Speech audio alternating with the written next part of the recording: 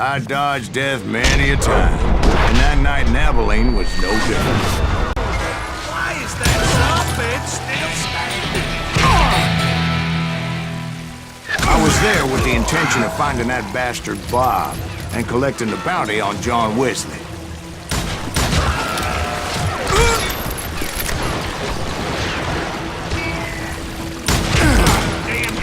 I thought the Texas Rangers got heart.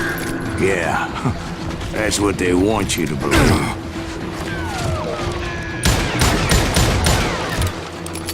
Take him down!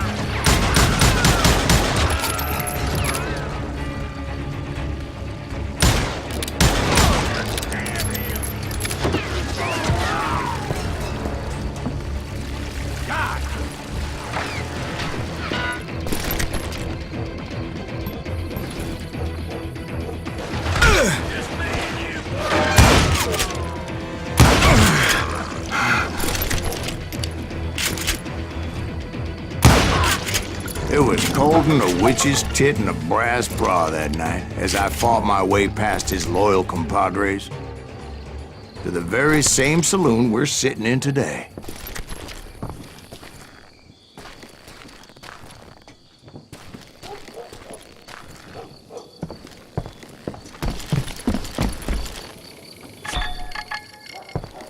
Look around and imagine this place painted in blood.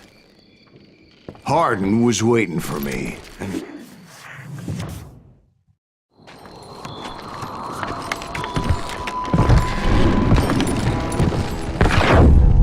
Wait, I'm jumping the gun here.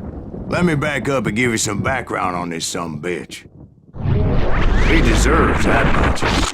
Don't you think so, Ben? John Wesley Hardin was a killer. By the end, he confessed to taking the lives of 42 men. Fathers and husbands, brothers and sons, men with families who cared about them. He was a bona fide folk hero by then, and had amassed a gang of armed miscreants and other assorted thugs. He and his men set up camp outside of town, and I was hoping Bob was among them. Shit! God damn it! Shoot that son of a bitch! They didn't ask why I was there. They knew, as most of them were wanted as well. I figured Hardin was here somewhere, but to get to him, I'd have to get past his gun hands.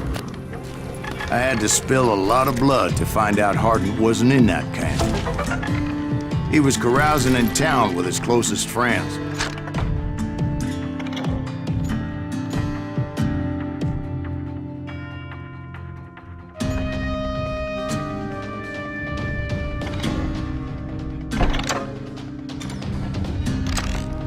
Hardin's boys apparently didn't want me to reach the Bull's Head. Some were hightailing it into town to inform their jefe of my unwelcomed presence. Stop that son-of-a-bitch! Fiddle ain't that sucker! Let the boys know we got another law dog.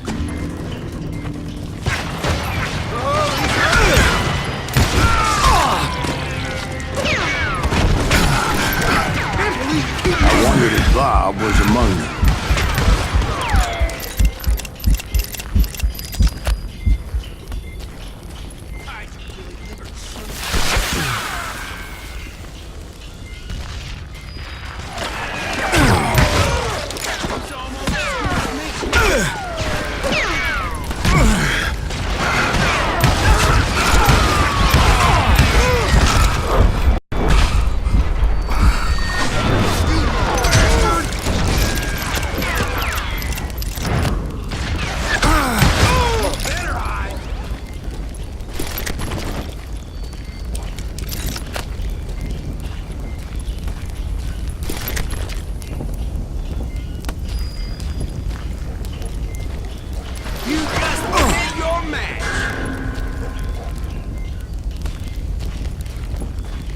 Yeah, you know you can't beat me. I'm just getting started.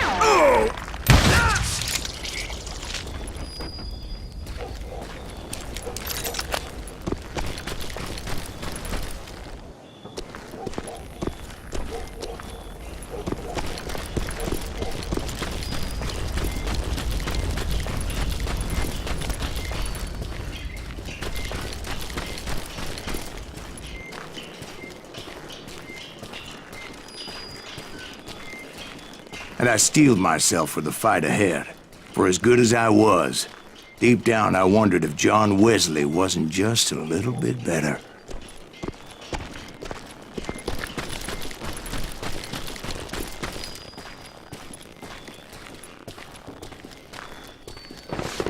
Before I could test my mettle against Hardin, however, I would first need to dispatch his cadre of hired killers.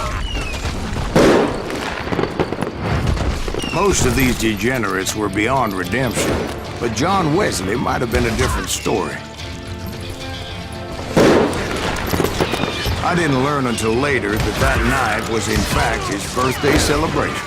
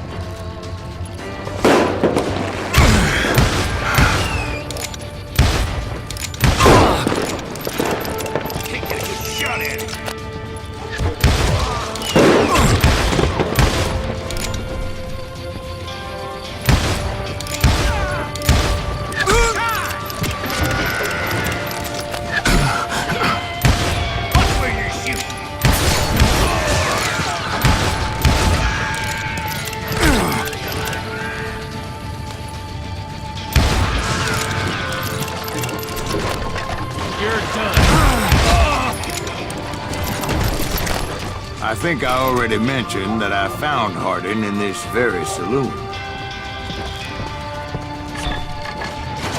Suffice it to say, nobody there was happy to see me.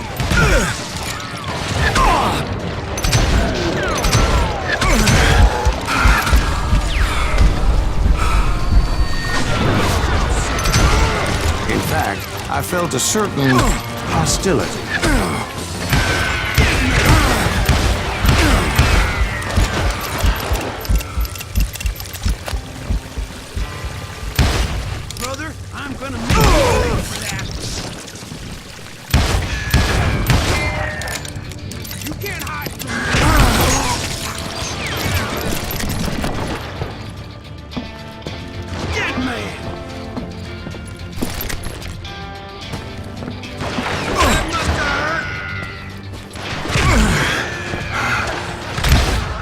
I was disappointed that neither Bob nor John Wesley were among the dead. But that was short-lived, as a moment later I was facing down the fastest gun in the West.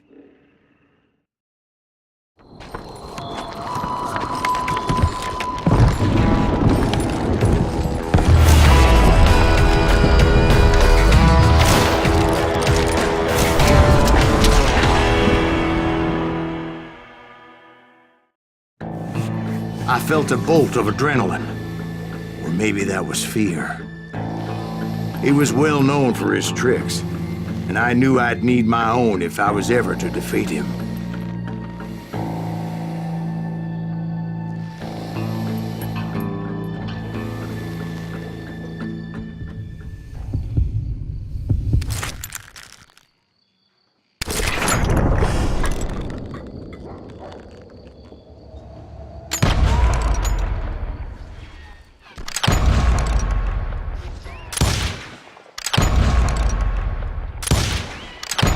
That man was faster than greased lightning. But being inebriated as he was, he didn't count his shots. And now, he was at my mercy. So he didn't die? No, I sent him to prison. Years later, after he was free, some restless avenger took his life. Shot him in the back in a saloon just like this one. Anybody up for another beer? Ben?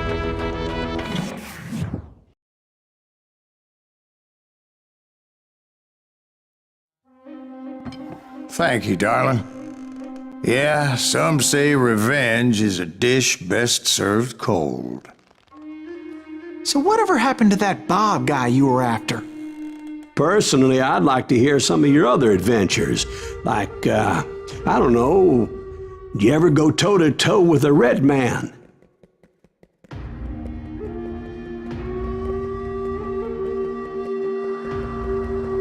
Yes, I did, Ben. I remember once I was after this renegade Apache, Grey Wolf. Strangely enough, revenge was also his primary motivation.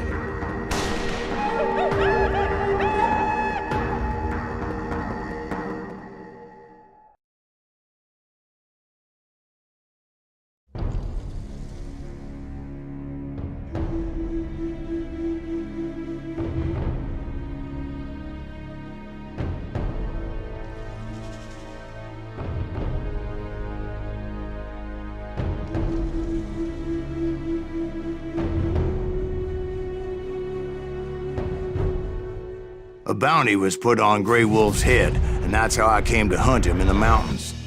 Mountains so high they tickled the nether regions of heaven.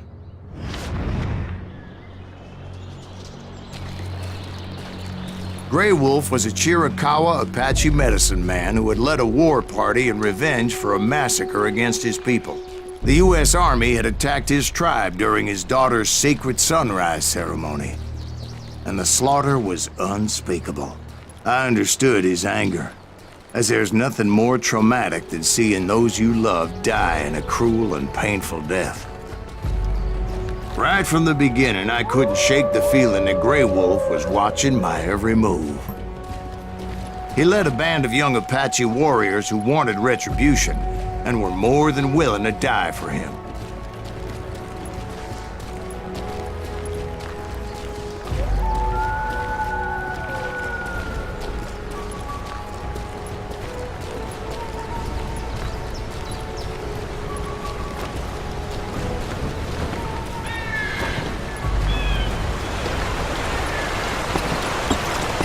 They saw me before I saw them.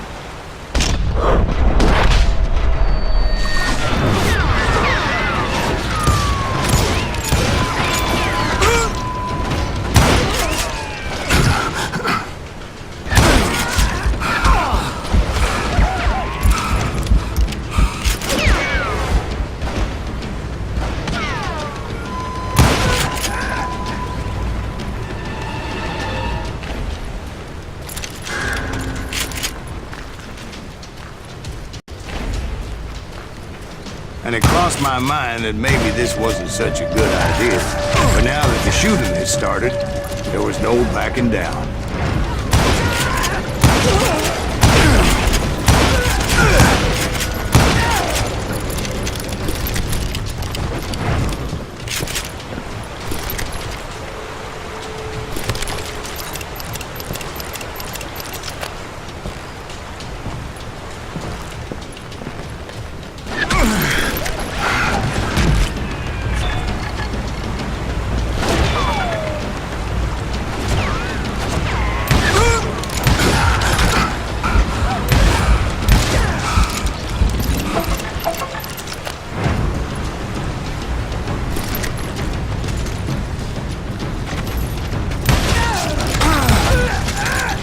It was rugged country, the winter home of the Chiricahuas, and that's why they had retreated there.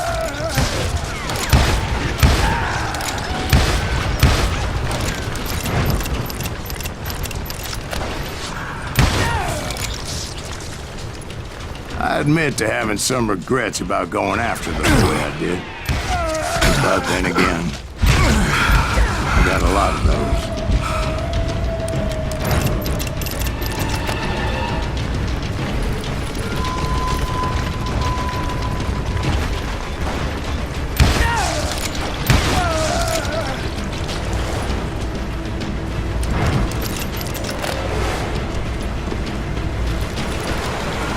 Did you find Grey Wolf?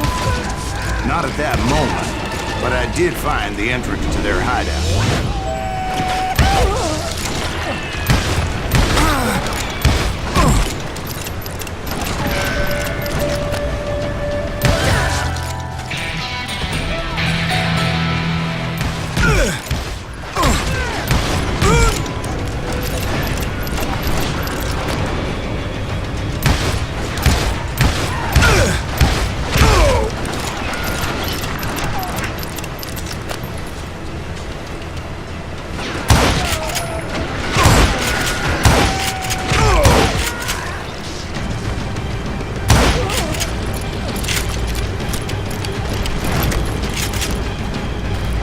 deep crevice that led to a deeper cave. Don't tell me you went in there.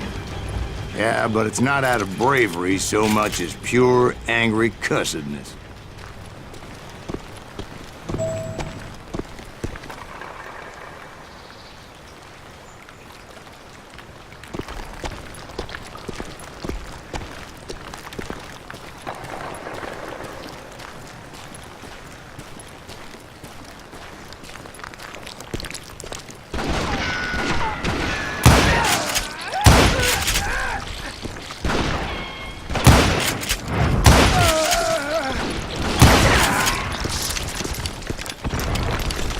See, back then, I had a stubborn streak a mile wide, and I wasn't about to back down. So it was like pitch black in there? Actually, it was pretty well lit, as they had torches on the wall.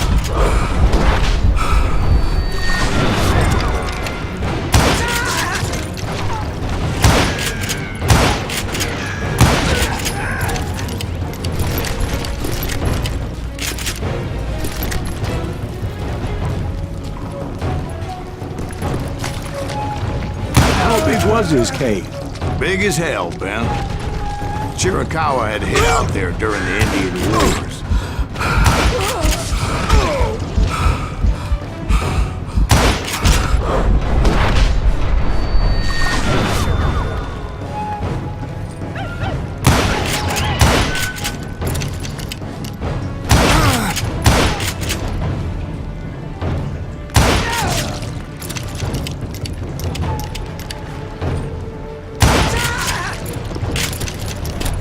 They thought it was haunted with the ghosts of those murdered by the horse soldiers. The cave was haunted with dead Indian ghosts? To be honest, I was more concerned with the live ones than the dead ones.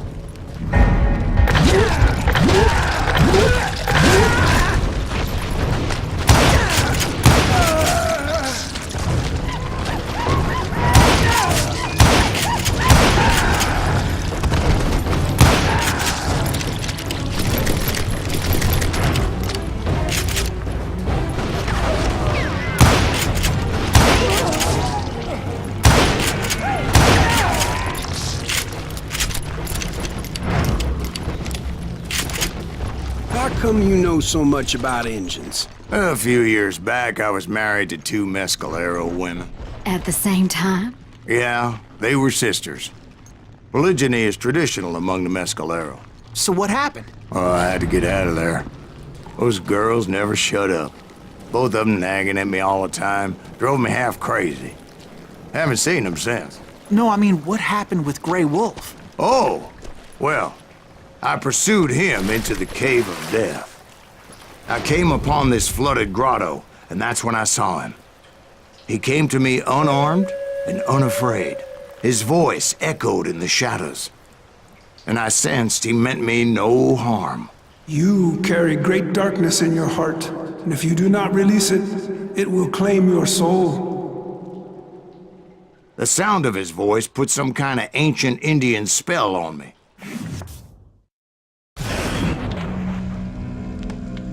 As his story unfolded in my mind, You will come to this place again and kill many more men, and the darkness will grow until it consumes everything that you are. The soul would have no rainbow if the eye had no tears. he said I was a great warrior, a coyote man, unequaled by any other pale-faced warrior, or something like that. The snakes will bite shadows of your past until a venom poisons your heart, and an echo of the song of the dead summons the spirits deep from within the mountains. I didn't quite get what he was saying, but there was definitely snakes.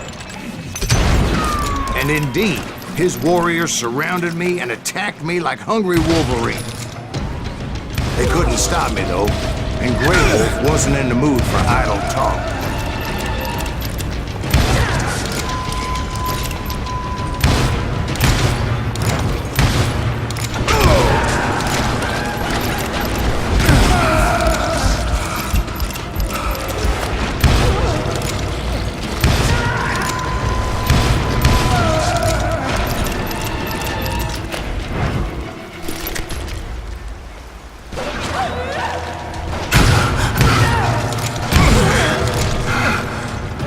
I swear I couldn't see any way out of this trap. But suddenly, one just appeared. Kinda like a miracle.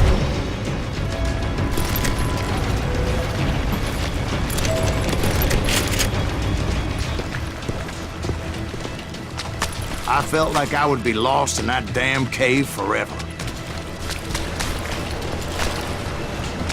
Finally, I found myself back outside, perched on the edge of a precipice, overlooking a thundering whitewater river. To get where I was going required several leaps of faith, but no way in hell I was turning back.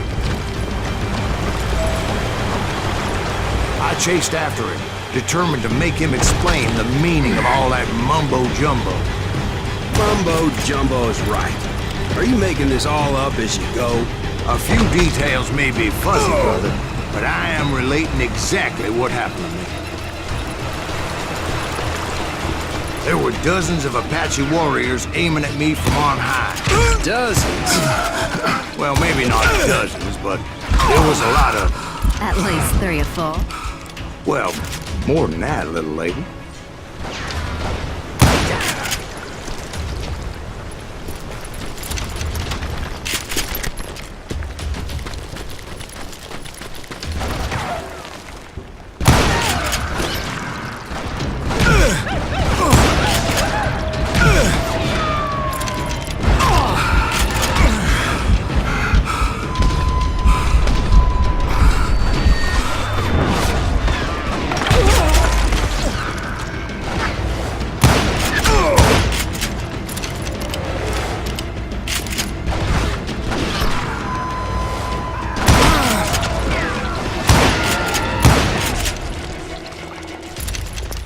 A steep climb up creek ahead of me and scrambled up those rocks like a mountain goat. I was determined to locate Grey Wolf and find out exactly what the hell he was trying to tell me. And wouldn't you know it, that crafty son of a bitch led me right into a trap. What kind of trap? Well, son, there had to be at least 100 Apaches surrounding me. 100? God be my witness. Oh, come on. Who are you kidding? Hey, I believe you. Come on, tell us how it ended. All right, but I'm not gonna drag this out. Where were we? You were surrounded by 100 Apache warriors. Well, I didn't take the time to count them exactly, but there were a lot of them.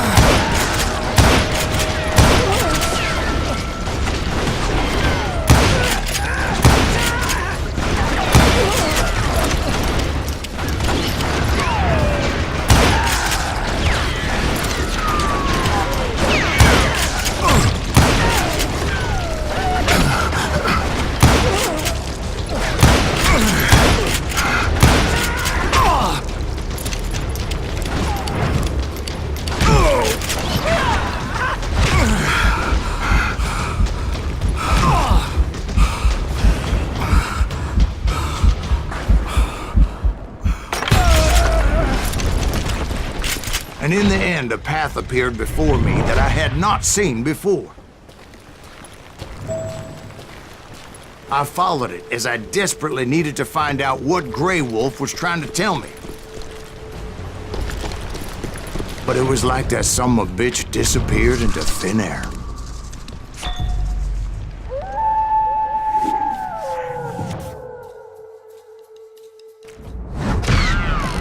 Never did find him.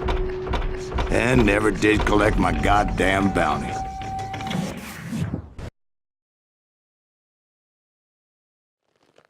Thank you, darling.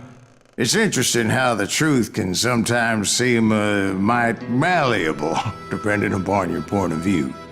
Like how those dime novels make you out to be something you're not? Jack, don't be starting trouble. No, he's right. They do tend to exaggerate. Did they exaggerate your part in taking down the Daltons? Well, I was there in the flesh, boy, so I saw what happened firsthand.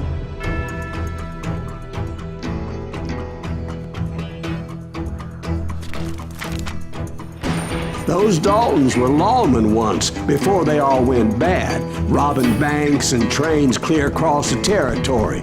Until Coffeeville, of course.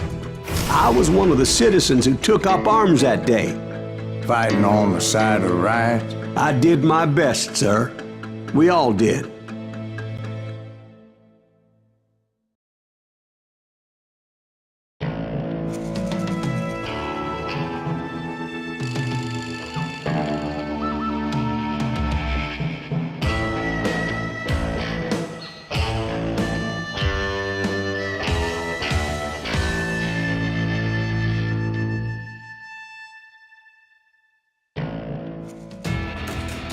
It was early morning. One of my friends was a local gunsmith, and he handed out firearms to anybody who'd take one. You see, the Daltons got it in their heads to rob 2 banks at the same time. 2 banks on the same damn street. Story was Bob Dalton's girl was always writing about how he had no ambition. Oh, you're nobody next to Jesse James, she'd say. Finally, the bastard took his brothers to Coffeeville just to shut her up. Well, the locals recognized the Daltons right off. Before they could get away, half the town took up arms to defend their property. Their first mistake was pulling a job in their own damn hometown.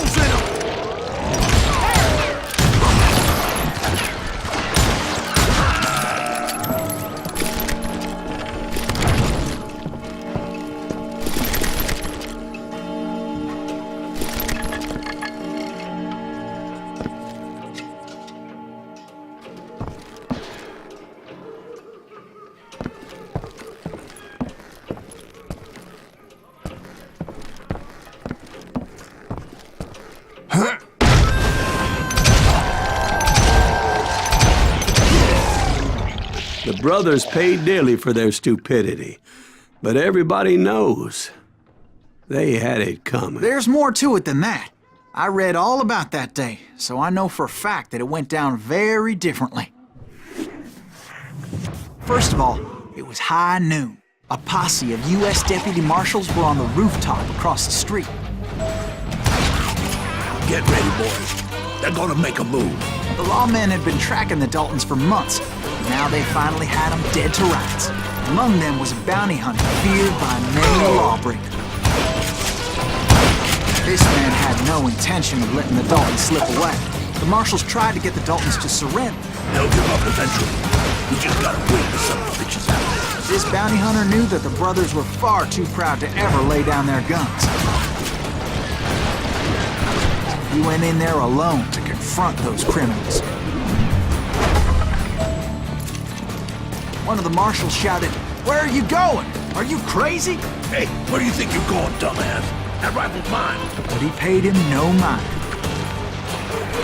He saw a way to get around to the back of the bank. Then he figured out how to hit the Daltons from a direction they weren't expecting.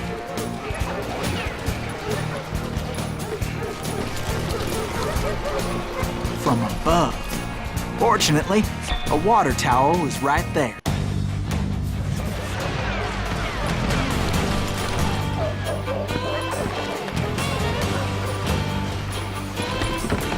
From above. Fortunately, a water tower was right there. A moment later, he was climbing up a steep ladder, laughing at danger as he did. It was brave men like him who risked their lives to tame this wild country.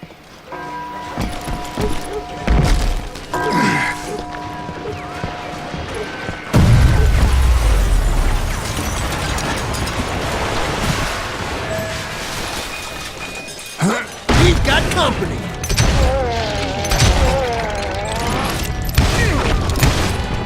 Heroic men like him, who did what other men couldn't or wouldn't to make this country free. Like Jim Booth, that Silas Davy Greaves? Crockett, Son of died a defending bitch! the Alamo.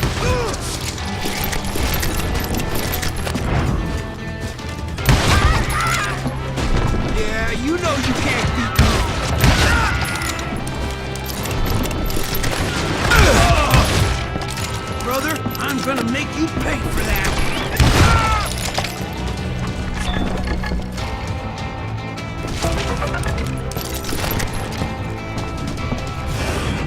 Over there!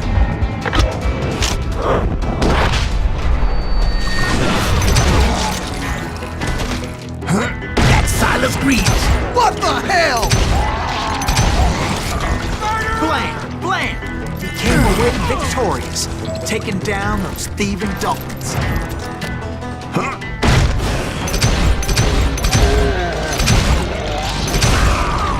His name was Silas Greaves, and when the dust finally settled, he was the last man standing.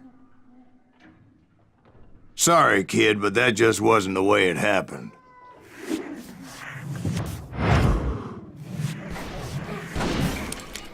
It was early evening, not high noon. The Daltons blew up a safe, and were all set to hightail it out of there. I was late to the party, and Coffeyville was already up in arms.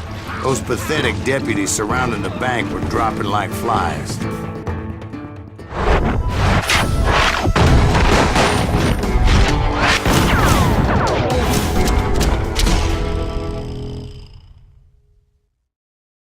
I had been tracking those jokers for months, waiting for them to do something reckless. In for the kill!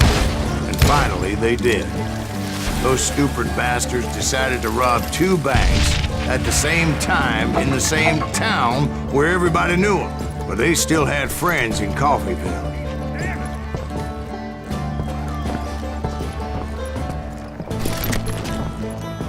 You come out and I will! You can't get me!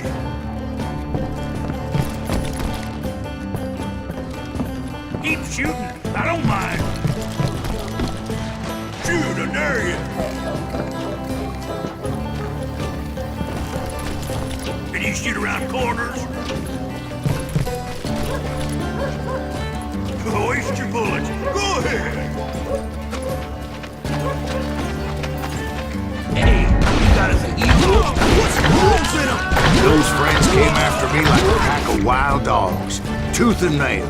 They were coming at me from all directions. I caught sight of the Daltons running with the money and didn't want to lose them. Problem was, they knew the town better than I did. And to top it off, I found myself in the middle of another shootout in Tyre. Did the Daltons hold up in somebody's house? No, it was the Smiths, I believe. They were cousins of the Daltons. And they were shooting at the Browns, who were shooting at the Daltons. Which wasn't any surprise, because those 2 families have been feuding forever. And since the Joneses are related to the Browns, they shot at the Smiths, pissing off the Heimhoffers, whose daughter recently married a Smith. Well, bullets were flying every which way as all the old feuds in Kansas caught fire all at once. There was a hell of a lot of pissed off people in Coffeyville that day. But that's just the way life is sometimes. Shit happens.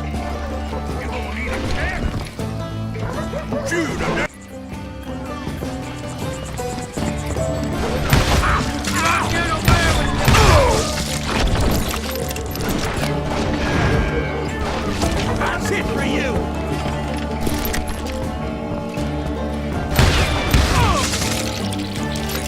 The Dalton boys knew I would never give up. Those Daltons weren't the sharpest knives in the drawer, but they always stood together. They set a trap to slow me down and allow at least 2 of them to escape. The 3rd brother stayed behind to plant me, just in case that trap of theirs didn't work.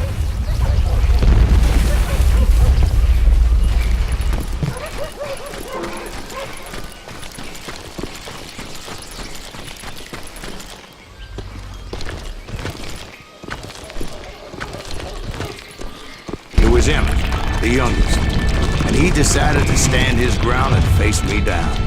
I ain't afraid of you, Silas Greaves. This is where it ends for you. He was determined to protect his brothers. And I understood how he felt. Taking me on all by his lonesome wasn't exactly a recipe for a long life. I'm gonna tear you apart.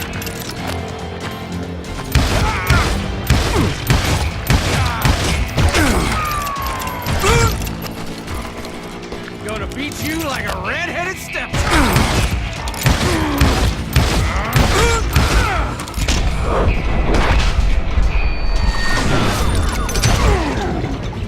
But Emmett Dalton survived the robbery in Coffeyville. He's the only Dalton who did. They say he was shot 23 times. Well, Dwight, who do you think put all those damn holes in him?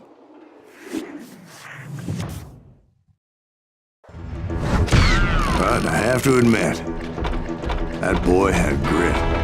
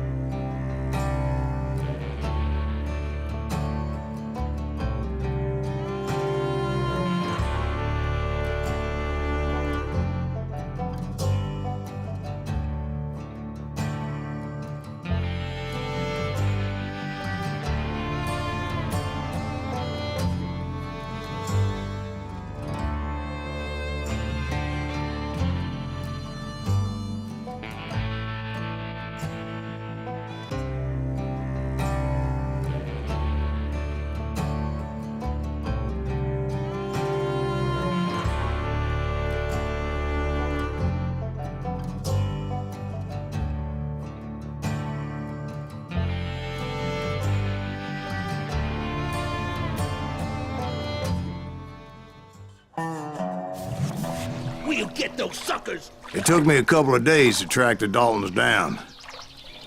They can't get away with this! And in that time, a whole posse of local vigilantes offered to lend a hand.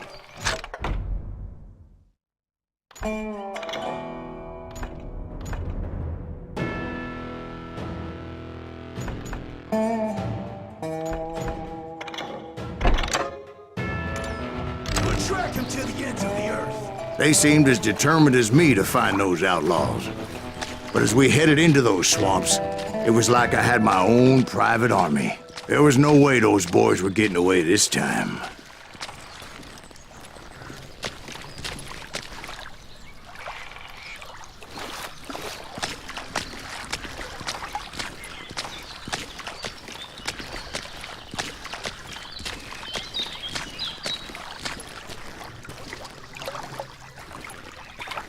It was early fall, right? Beautiful time of year. At least you had the weather on your side. Not by my recollection.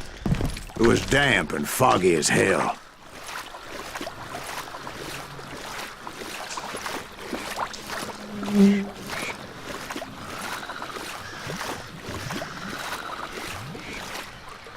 It was tough to stay on a true course, so we kept an eye out for landmarks.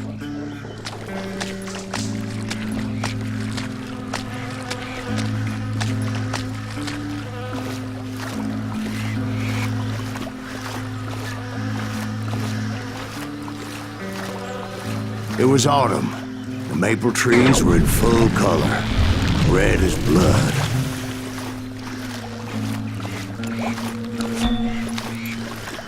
The rains that year were torrential, so the whole area was flooded. The vigilantes had spread out wide, and pretty soon I couldn't see anybody. Let them where they stand! Except for some bitches ahead of me wanting to do me harm, so I had to face them alone. I wondered why my compatriots didn't come running when they heard the shots.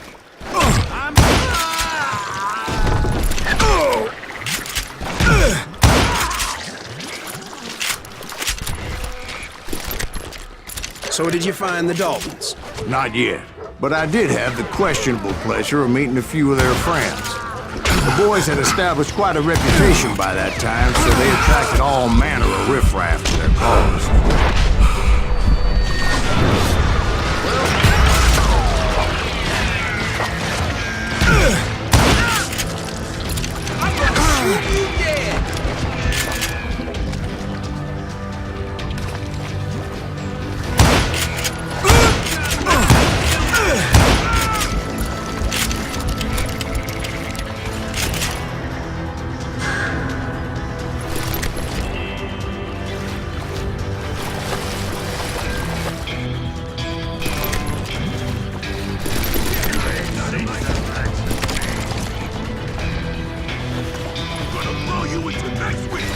Shoot that asshole!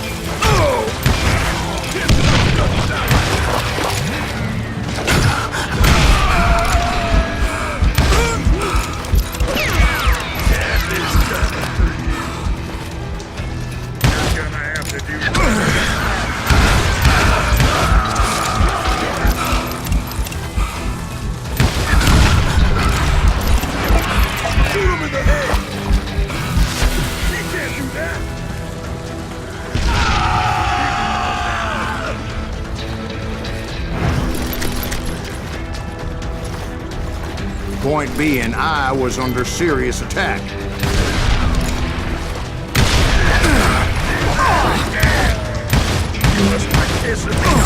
And my reinforcements was nowhere to be seen.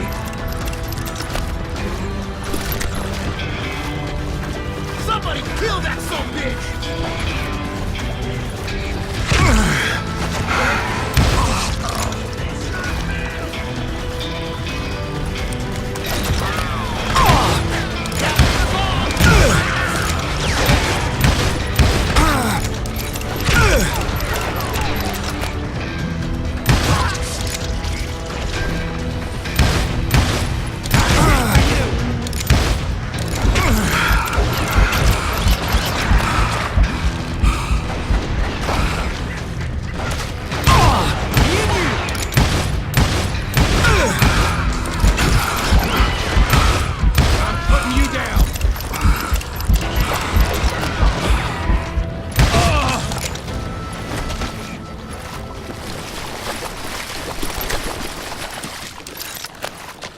But luckily, a barn materialized as if right before my eyes. I scrambled up top to get a better view. But just ended up falling inside. So, how did you get out? The barn doors was open. About right then, I saw some suspicious characters running for the bushes. Of course, I followed them. But that goddamn swamp was like a goddamn maze, and pretty soon I had no goddamn idea where I was. Steve? So I just started walking, and pretty soon...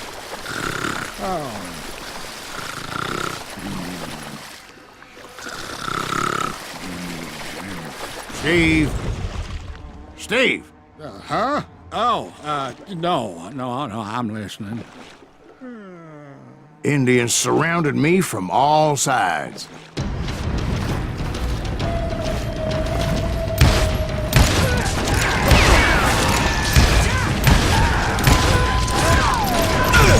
Indians? There were Indians? No.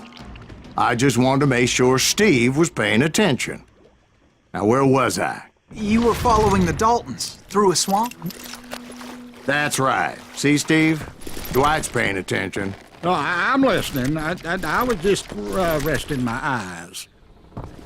So, where was I? The Daltons. Right.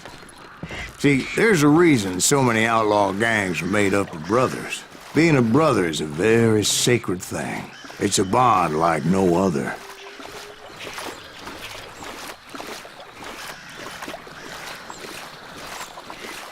Bounty hunter! Stop that, son of a bitch! So did you ever find the damn Daltons? Not yet. But I did find a few of their cousins. You Kansans breed like rabbits. More Smiths or Heimhoffers or who knows what. But hell, what's more important than family? I bet Ben knows what I'm talking about.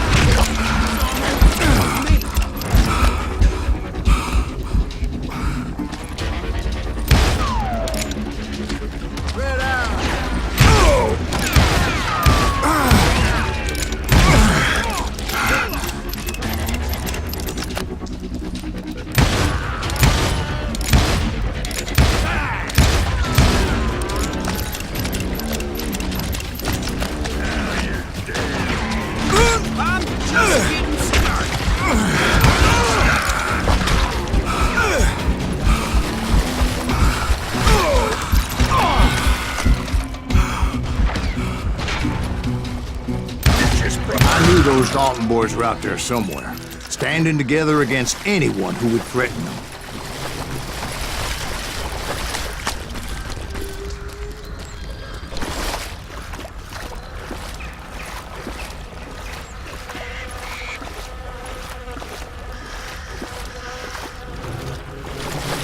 And that's when I saw it. A goddamn steamboat. A steamboat? In a swamp? Yeah, Steve, but this wasn't much more than a wreck, really. But how'd a damn steamboat end up in the swamps? Guess it floated off during the flood of '89. Now, was it a stern wheeler or a side wheel? What? Does that really make a difference, Steve? It was a steamboat with a goddamn army on board. It was then that a fusillade of bullets come raining down from on high. And those vigilantes who accompanied me weren't anywhere to be found. But among those men that were shooting at me, I thought I saw some familiar faces.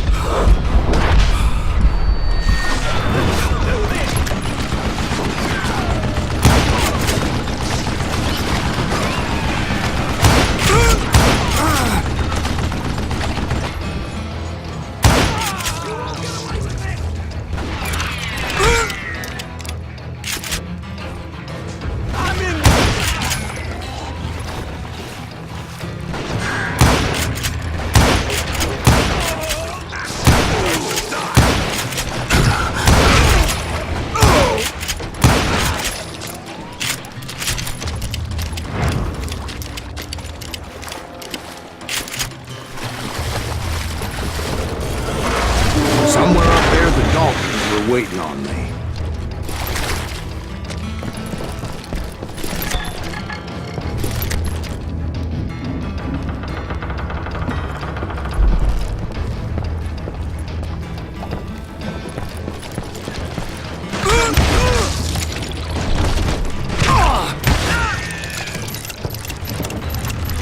Sounds like you don't give up too easy. That's the kind of man I am, Ben. I set out to do something. I do it. Surrender just ain't in my nature. Plus, I'm stubborn as hell.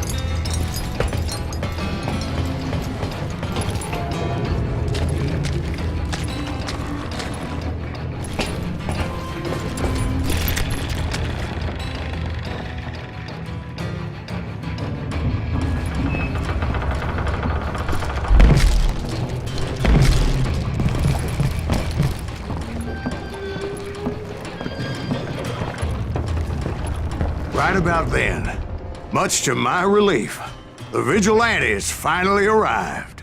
Their leader motioned at a cabin in the middle of the top deck, pointing me directly at the Daltons. I finally had them, after months of dogged pursuit. It turned out that they had me. Take him out! I'm sending you to hell!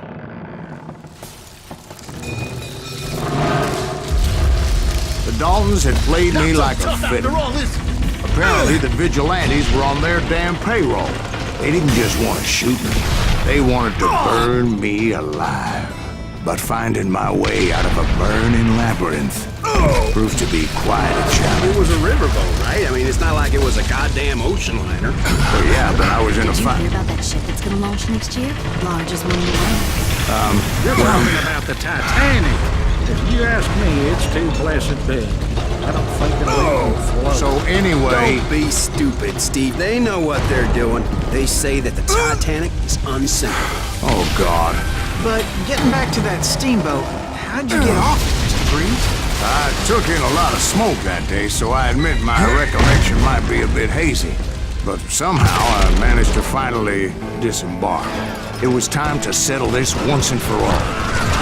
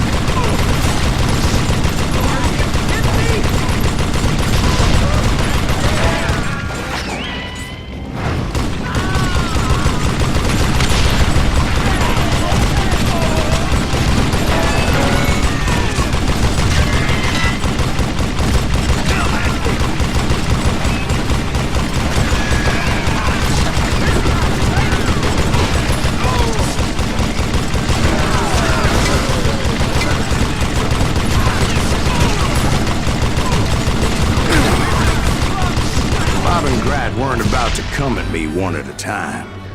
They were in this together. Two brothers side by side, determined to take me down. Confident that this time the odds were on their side.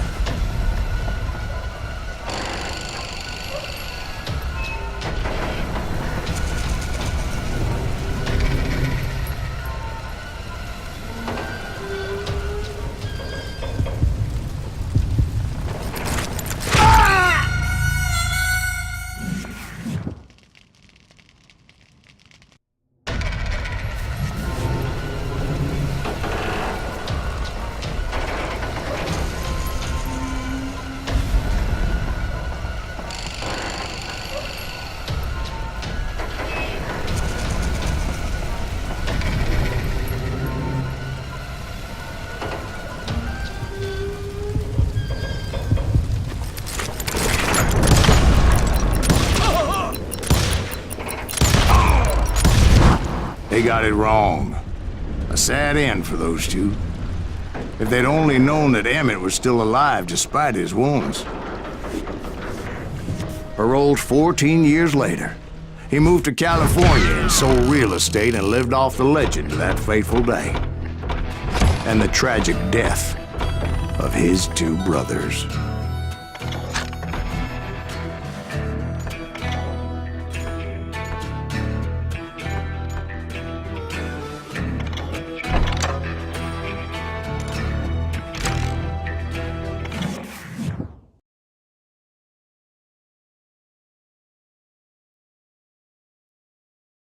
My own brothers died tragically as well, truth be told.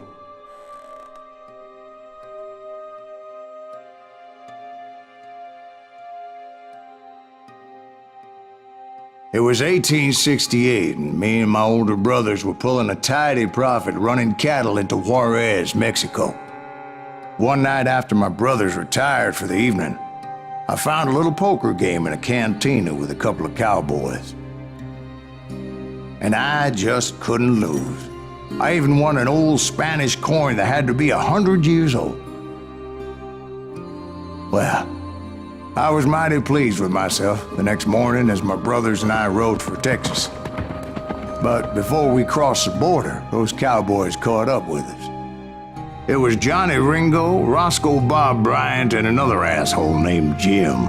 They wanted their money back and everything else we had, including our lives, as those boys didn't want us coming for them later. Bob put that old Spanish coin in my mouth and said, "I won't have it said that I left you with nothing, boy." Well, those horses bolted, and there we hung as those bastards rode away. The branch finally snapped under the weight of the three of us, but being my older brothers were bigger and heavier, they were already dead. And right then I swore to myself that I would avenge them. Ringo you know about. But Bob eluded me, until I heard he was riding with the Wild Bunch.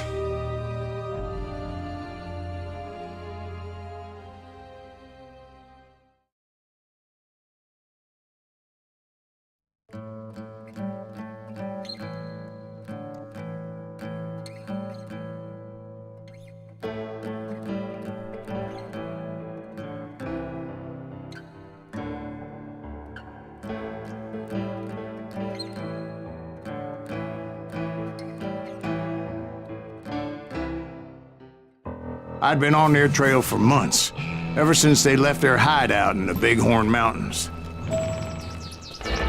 Led by Butch Cassidy, they were a loose association of outlaws who robbed banks and trains from Colorado to Montana. Among them was the Sundance Kid, and that murderous hombre I was tracking, Roscoe Bob Bryant. Were you a part of that giant Pinkerton posse after the Wild Bunch? No, boy. A circus like that would have slowed me down. Besides, I wanted Bryant all to myself. I'd heard about a large shipment of gold being transported to Wilcox, Wyoming on the Overland Flyer. I figured the Wild Bunch would likely hit such a treasure, and by God, I figured right. They blew the bridge with the intention of forcing the train to stop. Well, I assumed the Wild Bunch was likely in the still intact part of the train high above. I was determined to make that sumbitch Bob pay for what he did to my brothers.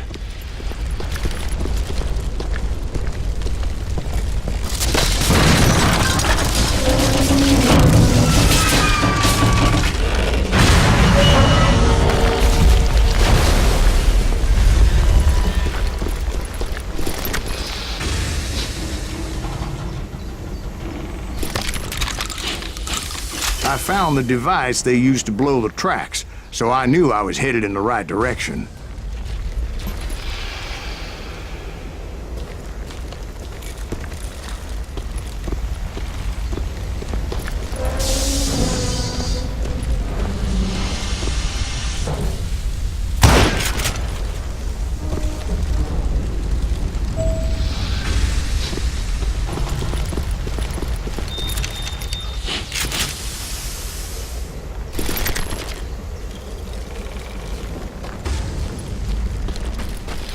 Ears are still ringing from blowing up that bridge. What'd you say? Well, I made my way off unscathed and came upon a few members of the gang and had no choice but to dispatch them. From there, I had to negotiate an even more precarious route. But first, I would need to get my ass out of there.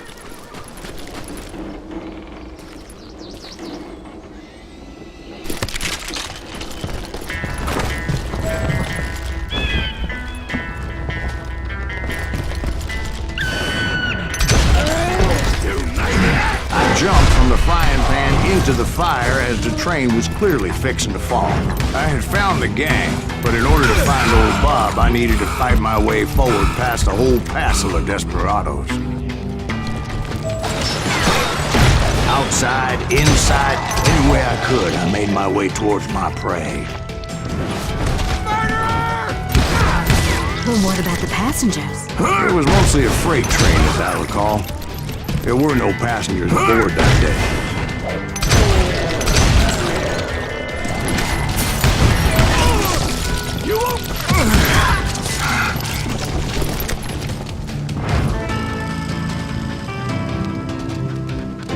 I mentioned before, I am not fond of heights.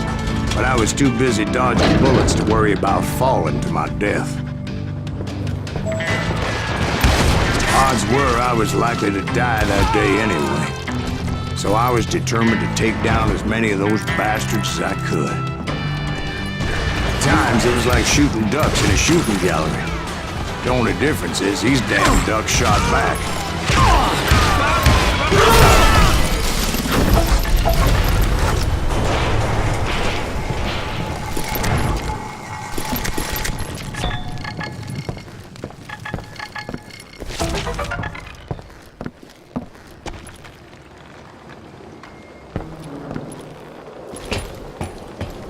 I kept hoping the law would show up and give me a hand. You mean like that giant Pinkerton posse that I read about? Did they come riding in, guns a-blazing to help?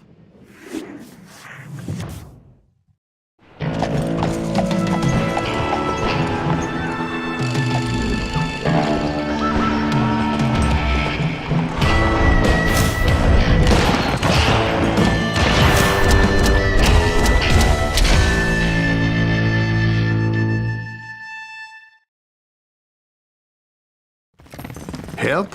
From the Pinkertons? No, son. I had to fight the wild bunch all by my lonesome, as usual. Who the hell is that?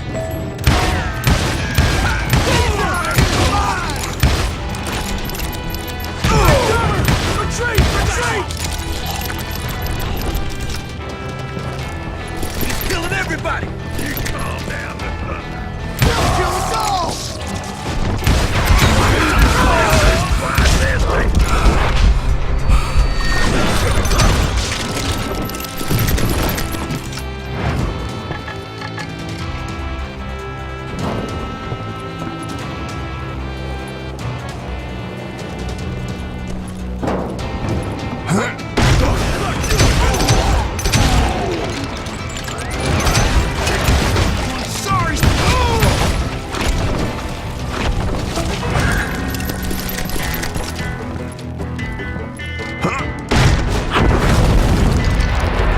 Guess is those dime novels didn't portray this as it happened, did they? Only a few stragglers were left. I had to cut them down pronto if I was going to stay on old Bob's trail.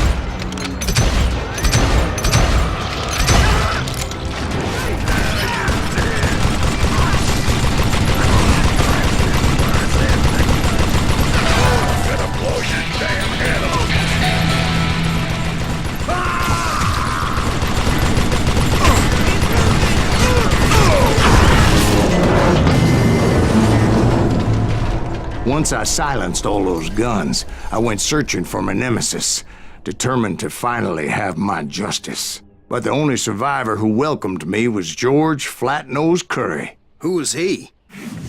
The fastest gun in the gang. Right after Sundance, I mean. And Kid Curry, and maybe Elsie Lay. Though some folks might dispute that.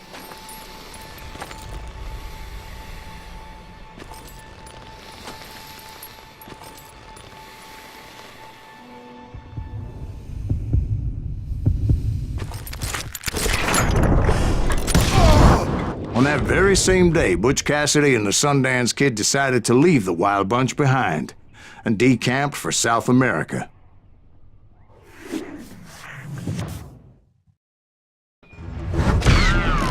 They ended up living down there for many years, but I'm sure you already know all about that.